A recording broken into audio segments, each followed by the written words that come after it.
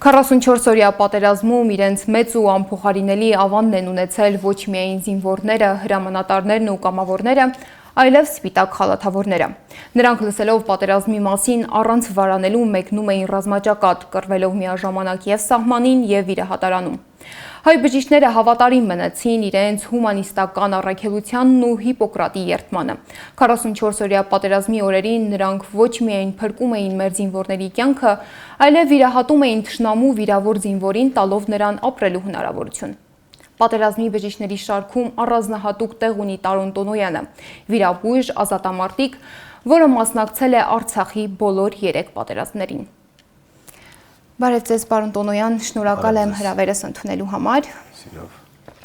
Պարոն Տոնոյան, դուք 3 պատերազմ եք անցել։ Ինչպես սկսվեց ձեր 3-րդ պատերազմը։ Սեպտեմբերի 27-ին առավոտյան աղջիկս զանգահարեց, ժամը 7-ն էր եւ ասեց, որ հայրիկ Արցախում պատերազմ է սկսվել։ Ինչու աղջիկս, որովհետև իմ հարազատները,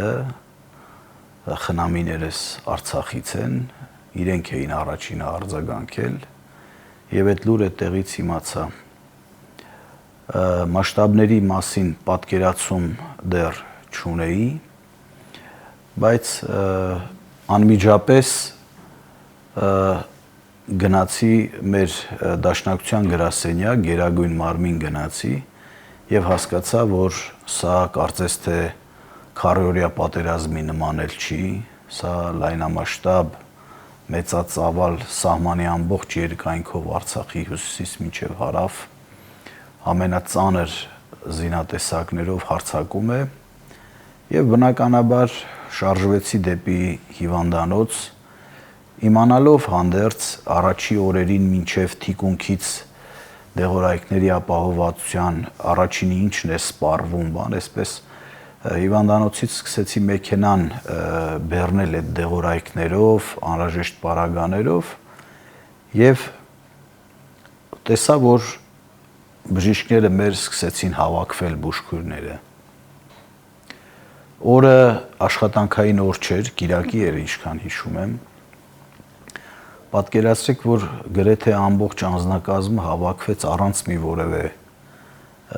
կանչի եւ այդտեղ ստացվեց այնպես, որ մի քանի մեքենայով շարժվեցինք, նույնիսկ իմ վաղեմի ընկերը, ում հետ ես 90-ականների պատերազմում այդ Ֆիզուլի հոսպիտալում միասին ծառայել էինք, աշխատել էինք որպես վիրաբույժ, Գրիգորյան Գևորգը զանգահարեց, ասի Գևորգ, չէ, շարժվում եմ արդեն, ասեց, եթե գնացել ես, էլ կմոռանաս, բան, այդպես Գևորգի հետ միասին այդպես շարժվեցինք, որպեսզի արդեն անմիջապես մտնենք կառուցվածքի մեջ, այսպես ասած, զանգահարեցի բանակի բուժծառայության պետին եւ ասեցի, որ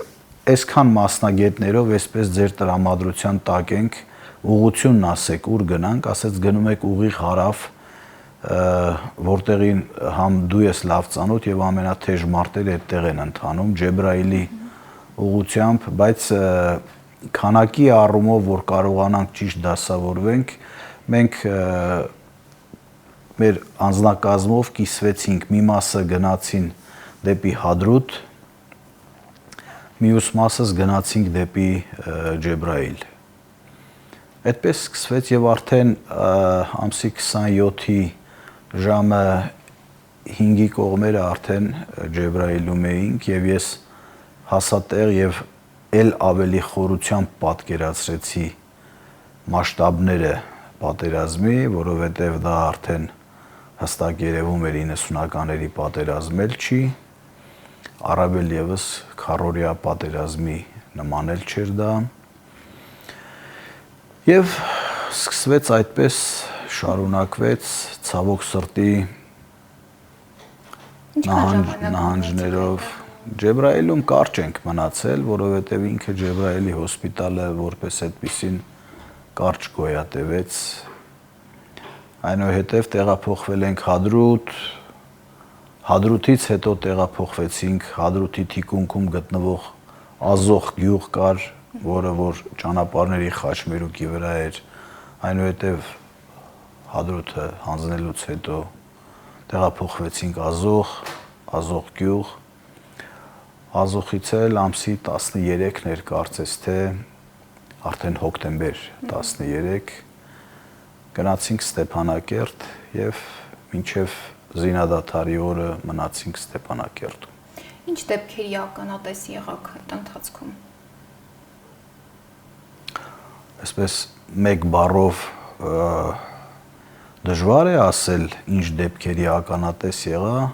բայց փորձեմ միտքս հետեւյալ կերպ ձևակերպել։ Ես լավ իմաստով ասեմ, դա ականատես եղա աննախադեպ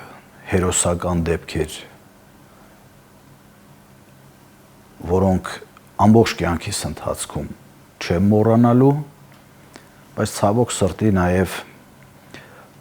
տեսա կազմակերպվածության պակաս, բավականին լուրջ բացթողումներ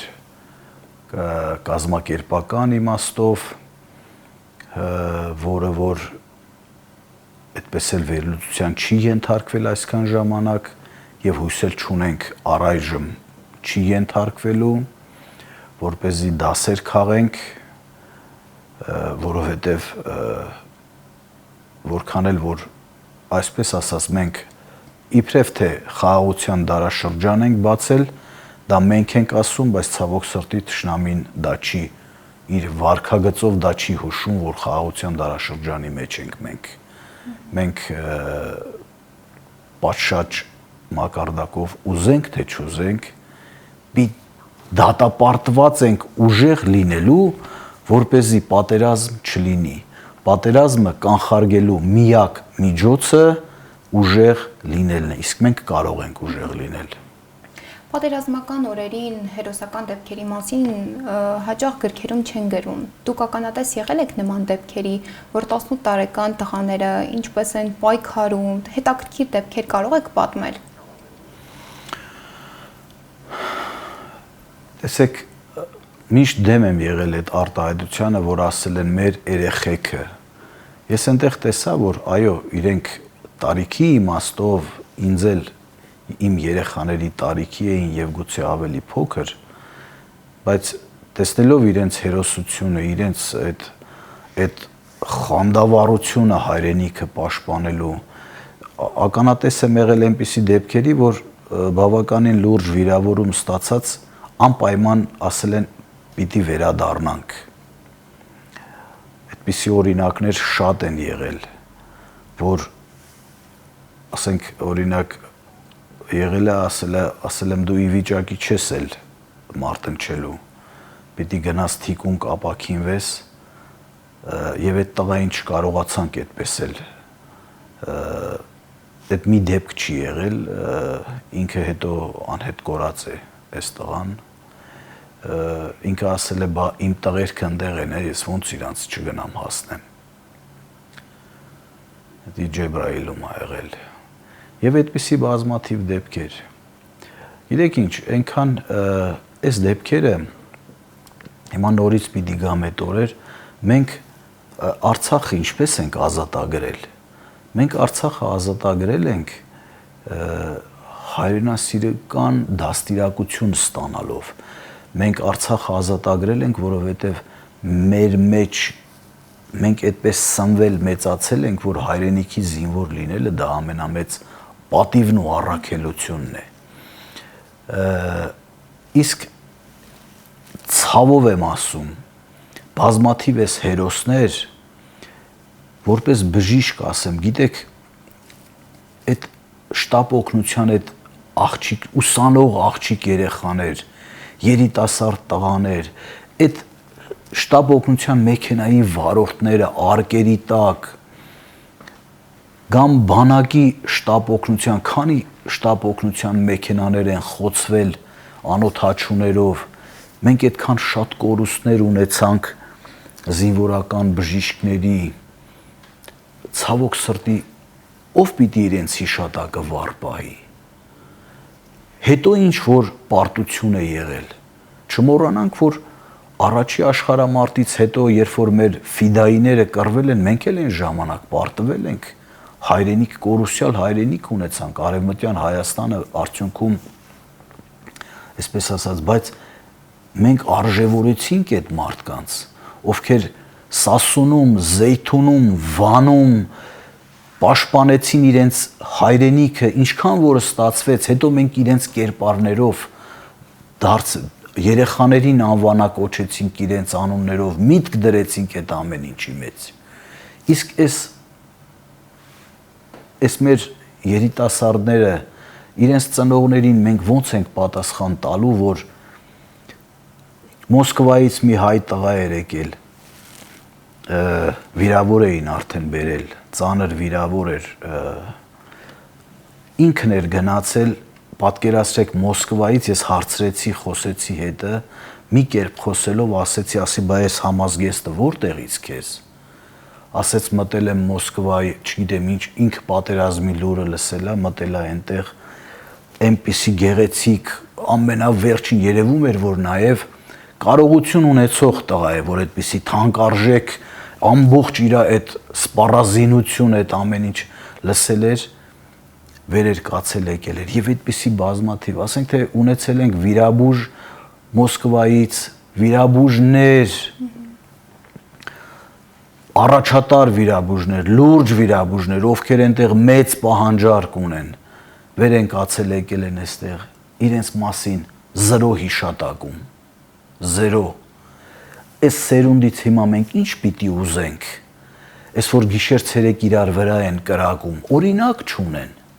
Իսկ միգուցե մենք պետք է հաճախ խոսենք նրանց մասին, որ կարողանանք փոխանցել իրենց հերոսությունները ու սերմանել։ Պետք է դա պետական ծրագիր դառնա։ Պետք է դա միայն անհատների, չնայած այսպես էլ որ,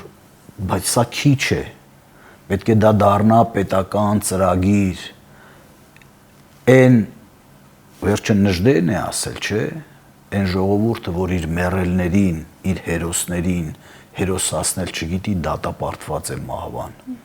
Մենք հիմա այդ կարծես թե ճանապարհն ենք բռնել, մենք պիտի հետ գանք այդ ճանապարհից։ Մենք ուրիշ տարբերակ չունենք գոյատևելու համար, ապրելու համար։ Մենք այսօր Արցախի վերադարձի հարց ենք բարձրացնում։ Սերունդ պիտի ունենանք դրա համար։ Պիտի փոխանցենք այդ սերունդին։ Պետք է մեր երիտասարդները հասկանան, որ դպրոցի պատին, որ գրված է լավ սովորիր, որ լավ ապրես, պիտի գրված լինի լավ սովորիր, որ ուժեղ լինենք, լավ սովորիր մերձավորիդ, որ օգնես, որ կարողություն ունենաս օգնելու։ Լավ ապրելու իմաստը լավ ուտելը չի, լավ մեքենա ունենալը չի, լավ առանձնատուն ունենալը չի։ Դրա ձևակերպումները Սուրբ գրքից սկսած ավետարանի մեջ գրած բոլոր տեղերում նոր հայտնություն չենք անում մենք։ Լավ ապրելը բանական մարդու համար դա լրիվ այլ ձևակերպում ունի։ Վերադառնալով ռազմաճակատ, դուք մի անգամ նշել էիք, որ հիշում եք Առաջաձորից երկու եղբայրների, որոնցից մեկը մնաց վիրահատական սեղանին, իսկ մյուսի կյանքը փրկեցիք։ Այդ դեպքերում բժիշկները ինչպես են կարողանում հաղթահարել այդ իրավիճակը։ Դա եղել է Ստեփանակերտում, պատերազմի վերջի օրերն էին, շտապ օգնությամբ բերեցին, երկու եղբայրներ էին, մեկը մեկից, երկուսն էլ անգիտակից վիճակում էին, այսինքն այս մի եղբայրը հարևան երկու սենց իրար կողքի վիրահատական սեղանների վրա, այս մեկին դեռևս վիրահատությունը չսկսված, արդեն սրտի կանգ եղավ եւ այսպես ասած անդառնալի էր, կյանքի հետ անհամատեղելի վնասվածքեր ստացել։ Իսկ այս մի տղային հաջողեցինք, վիրահատեցինք, ոտքի կանգնեց, հետո երբ որ մենք պատերազմից զինադադարից հետո 20 թվականի զինադադարից հետո մենք մեր հիվանդանոցի անձնակազմով, կոլեկտիվով այդպիսի պրակտիկա ունեինք դեռևս մինչև պատերազմը, այն մեր տեղը հադրութներ են ժամանակ, տարվա մեջ 2 անգամ պարտադիր մենք կոլեկտիվով գնում էինք հադրութ, բաց դռների օր էինք անում, վիրահատություններ էինք անում, նաև նպատակը ոչ միայն մարդկանց օգնելն էր, այլ նաև բուժ անձնակազմին վարժանքի մեջ պահելն էր, որովհետև ինչ-ինչ պատճառներով ռազմադաշտային հոսպիտալը Ջեբրայիլում էր, հադրութի հիվանդանոցը կարծես թե մի քիչ պարապուրդի մեջ էր, անձնակազմը չմոռանար իր ունակությունները եւ այլն, այդպես այս անգամ պատերազմից հետո, այդ 20 թվականի պատերազմից հետո մենք որոշեցինք ուղղություն վերցնել Մարտակերտի ուղղությամբ գնացինք եւ այնտեղ այդ հրաշալի մարդու մոտ էինք Օհանյան Գագիկի մոտ գերազանց կազմակերպվում էր ամեն ինչ, մեր այդ բաց դռների օրերը, այնքան հիշարժան օրեր ենք ունեցել այդտեղ եւ պատահաբար մի տղա եկավ մոտեցավ, դե ես իրեն ոչ դեմքն եմ հիշում, ոչ բան այդպես, ասեց ես SSS մարդն եմ, ինքը հիմա Հայաստանում է, էլի եկել է, այո, եկել էր էլի հիվանդանոց հոր առողջության խնդիրների հետ կապված, այսինքն ծանր բեռի տակ են, այսինքն ոչ միայն իր երեխաների, այլև եղբոր երեխաների, այդպես թե ոնց են ապրում, ինչպես պիտի հասցնեն այս տան վարձերը, մյուս այնքան դժվարությունները, չգիտեմ ուղղակի, սենց ոնց անենք, որ պահենք իրենց Հայաստանում, չարտագաղթեն, որովհետև այդ գենոֆոնդը, Արցախցու գենոֆոնդը թողել փոշիացնել եւ այլն այդ սրանք հարցեր են, որ ես ինչքան խոսեմ, որ պետություն, ոչ միայն պետություն, համայն հայություն, սփյուռք պիտի միավորվեն, պիտի համախմբվեն, սա համապետական, համազգային հարցեր են սրանք, որ միասնաբար պիտի կարողանանք այս հարցերը հաղթահարել։ Դուք նշել էիք, որ երբ որ զինադադար հաստատվեց, լռեցին արկերը, լռեցիք դուք ու վերադարձաք Երևան, Հայաստան վերադարձաք։ Ինչ կար այդ լռության մեջ, վիշտ, հիասթափություն։ Գիտեք ինչ, այս մեր պարտությունը առաջերտին բնականաբար արցախցիներն են, որ շատ ծանր են տանում, որովհետև որևէ մեկը չի կարող ասել, որ չէ, մեր վիշտը ավելի մեծ է, որովհետև այսօրվա դրությամբ արցախցիներն են, որ գրեթե ամեն տանը կորուստ կա։ Եթե այս մեր Հայաստանա բնակ, մեր լավ ժողովուրդը լավ իմաստով եմ ասում, տեսեք, անդրադառնամ այս հարցին, հետո կգամ այդտեղ։ Երբ որ պատերազմ եղավ, դե բոլորս գնացինք, կամավորներ, բան, թող աշխարհում մի քանի անգամ ասել եմ, չեմ հոգնի 100 անգամ էլ կասեմ։ Թող մի երկիր ցույց տան, որ այսքան կամավորներ կարող են հավաքվել զինկոմիսարիատների դռան դիմաց, Ռուսաստաններից ու Սփյուռքից գան, ասեն մենք ուզում ենք գնանք մեր հայրենիքը պաշտպանելու։ Եվ չուղղորդել այս մարդկանց, չառաջնորդել, չկազմակերպել, հետո չարժևորել այդ մարդկանց, սա ոչ միայն ունակությունների պակասից է գալիս կամ մտավոր կարողությունների, խորապես համոզված եմ, որ մտածված է դա արվում։ Այսինքն մենք լավ ժողովուրդ ենք, բայց ամեն ինչ թվերի տեսքով երբ որ ասում ես, դա մեր 5000 զոհերից 822-ը 44 օրյա պատերազմի ընթացքում եղել են արցախցիներ, տեսեք 5000 Արցախի բնակչության համամասնությամբ տոկոսային հարաբերությամբ եթե վերցնենք 822 չներողություն 862 դրան եթե գումարենք 23 թվականի այն հերոս քաջերը, ովքեր որ անհույս, բայց մարտնչեցին 224 զոհ այդ ժամանակ ենք ունեցել։ Այդ խեղճերի մասին ինչու եմ ասում խեղճ, որովհետև լրիվ անհիշատակ մնացին։ Իրենց շիրիմները մնացին այնտեղ առանց հուշատախտակի գոնե, չեր հասցրեցին էդ էլ անեին։ Եվ այդ մասին որևէ մեկը չի խոսում։ Եվ Հայաստանի ժողովուրդը այս համամասնության մասին չգիտի եւ դեռ որոշները համարձակվում են ասեն չկռվեցին եկան։ Շրջափակման մեջ 9 ամիս սովից հետո պահանջես որ կռվեն, էլ կռվելը ո՞նց է լինում։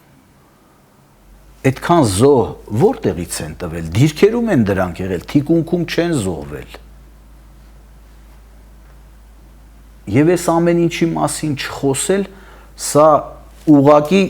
ուղակի դավաճանություն է, չհիշատակել այդ մարդկանց։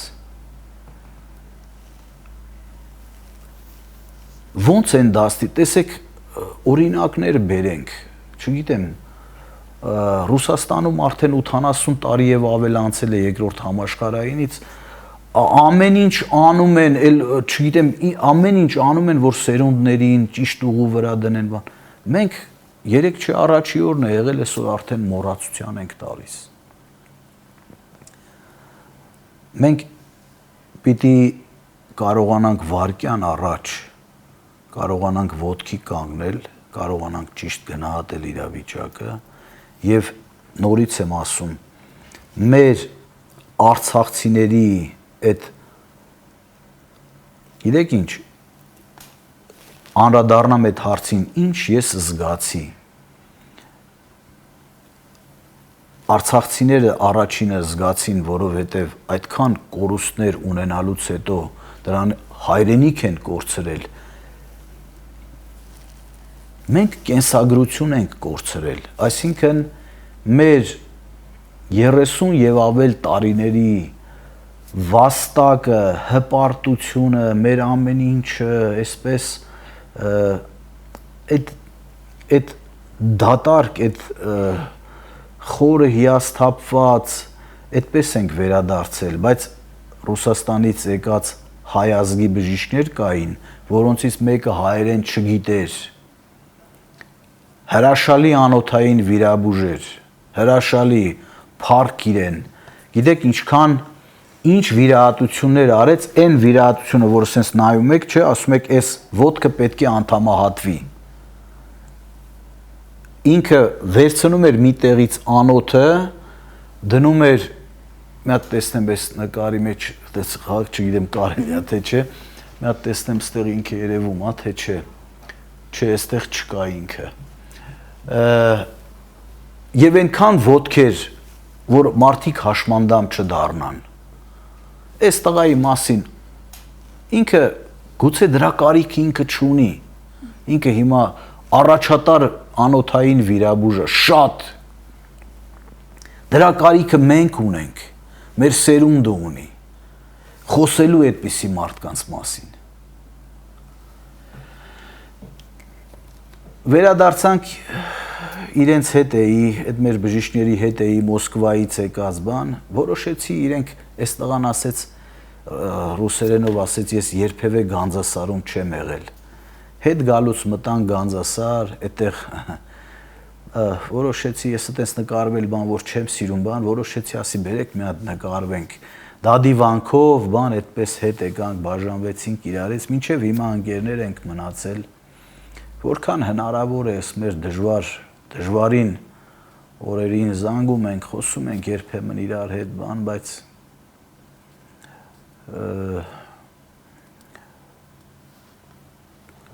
երբևէ չէի կարող պատկերացնել, որ գգա մի օր, որ պետք է Արցախը ամբողջությամբ մենք տեսնենք Արցախը հայաթափված, դատարկված։ Այդ հարցի քաղաքական կողմը այլ թեմա է, բայց դրան անդրադարձը բավականին ծավալուն եւ խորը վերլուծության կարիք կա, ես իմ վերլուծություններն ունեմ դրա հետ կապված, բայց այն որ 44 օրյա պատերազմին ես արդեն ամսի 3-րդ կամ 4-րդ օրն է եղել, զանգահարել եմ, չնայած մեր տղաները այս առաջի օրերի վիրավորները, որ գալիս էին, այս երեխեքը մոռացած իրանց այս վնասվածքների մասին, մեկը արդեն ոտքը չի, ասում էր, ինձ ասում էին հոպար մեր դիրքերի դիմաց, կարծես մետալալոմ լինի, մետաղի ջարդոնի ենք վերածել, այնքան տեխնիկա ենք, այնքան ենք խփել, արդեն հաջորդները չեն կարողանում գալ, եւ էսի մի զինվոր չի ասել այդ մասին։ Իրենք դրանից մոռացած իրենց վերքերը ոգևորվել են դրանից։ Մտածված այնպես են արել այս 44 օրյայի փրկվածները չեն խոսում որևէ բան հիմա։ Իրենց մեջ նկատել եք, չեն խոսում ոչ մի բան։ Իրենք այնպես է իրավիճակը դասավորվել, որ կարծես իրենք մեղք են զգում, որ իրենք ողջ են մնացել, իրենց ընկերները չկան։ Ինչ որ մի բան կա այդտեղ, որ էտել է վերլուծության կարիք կա, որպեսզի այս մեր տղաները, այդ փառավոր տղաները, որ պատկերացրեք մի սանիկ եմ ունեցել, որ Մարտունու դիրքերում էդի ամենավերջի օրերն էին արդեն Ֆիզուլի ճակատես հետևից արդեն չկա, գոյություն չունի, դիմացից արդեն Թաղավարտ գյուղը վերցրել են, Կրասնի բազարը արդեն չկա, այս մեր Մարտունու այդ Մարտունի 3-ի 2-ի այդ տղաները տենց տեսել են ճար չկա, հիմա վերջ ընկերներից մեկը ասում է, խնդրում եմ հրամանատարներից մեկ էլի ասում անդեղ պարզվում է քո սանիկն էլ անդեղ էլի ասեք որ արդեն հետնահանջի մի օր էլ եթե մնան հետնահանջը դժվար է լինելու մարդիկ երթվել էին մինչև վերջ 44 օրյա պատերազմից հետո երբ փաստացի կորցրեցինք Արցախը, որն է այն ճանապարհը, որով կարելի է ոտքի կանգնել։ Ինչպես հաղթել պարտությունը։ Պարզից սկսեմ։ Ես այդ օրինակ էլի եմ բերել, կուզեմ այսպես մի անդրադարձ անել էլի դրան։ Իմ պապը, տատը Արևմտյան Հայաստան Սասունի գավառից ցեղասպանությունից ամբողջ Գերդաստանը կորցրած հատուկենտ 2 հոգի փրկված, 3 հոգի փրկված եկել են Հայաստան։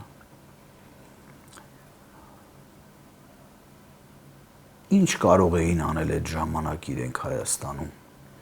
Միակ բանը աշխատելն է եղել։ Աշխատել են շատ։ Հնարավորություն են ունեցել նաև որոշ սովյալների օգնելու։ Որոշ եմ ասում, դες մի քիչ համեստ եմ ասում, բայց օգնել են ինչքան որ կարողացել են։ Եվ ունեցել են շատ զավակներ։ Իմ պապը ունեցել է 42 թոռ։ Ինքը այդպես է թուրքերից իր վրեժը լուծել։ Ու այդ 40 թոռներից ինչքանն են մասնակցել Արցախյան պատերազմին,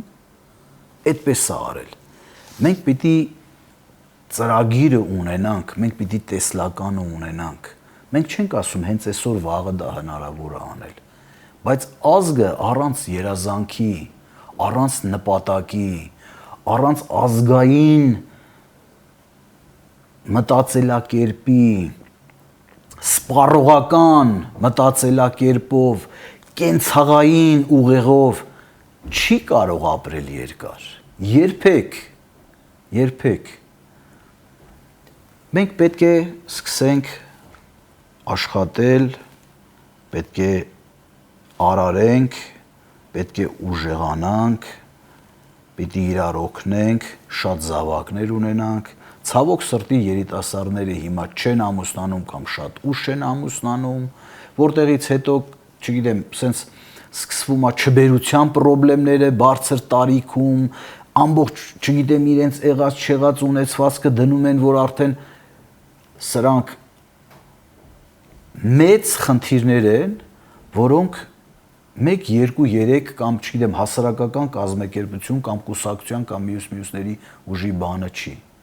Սա նորից եմ ասում, համախմբում, ուժ եւ աշխարհն այնքան արագ է փոխվում, որ մենք պիտի պատրաստ լինենք, միշտ լավ մարզավիճակում լինենք, երբ որ մեր կաթողիկոսը, գիտեք, այդ Բերլինի կոնֆերանսին բան, որ ասում է ով եկավ իրենց երկաթե շերեփով իրենց բաժինը խփեցին, մեր շերեփը թղթե շերեփ էր։ Մենք աշխարհում որևէ բան չի փոխվել հին Հռոմից մինչև հիմա։ Նոր գյուտ չենք կարող անել։ Մենք դատապարտված ենք ուժեղ լինելու։ Ուրիշ տարբերակ չկա խաղաղության։ Ամենաշատն ով է ուզում խաղաղություն այսօր։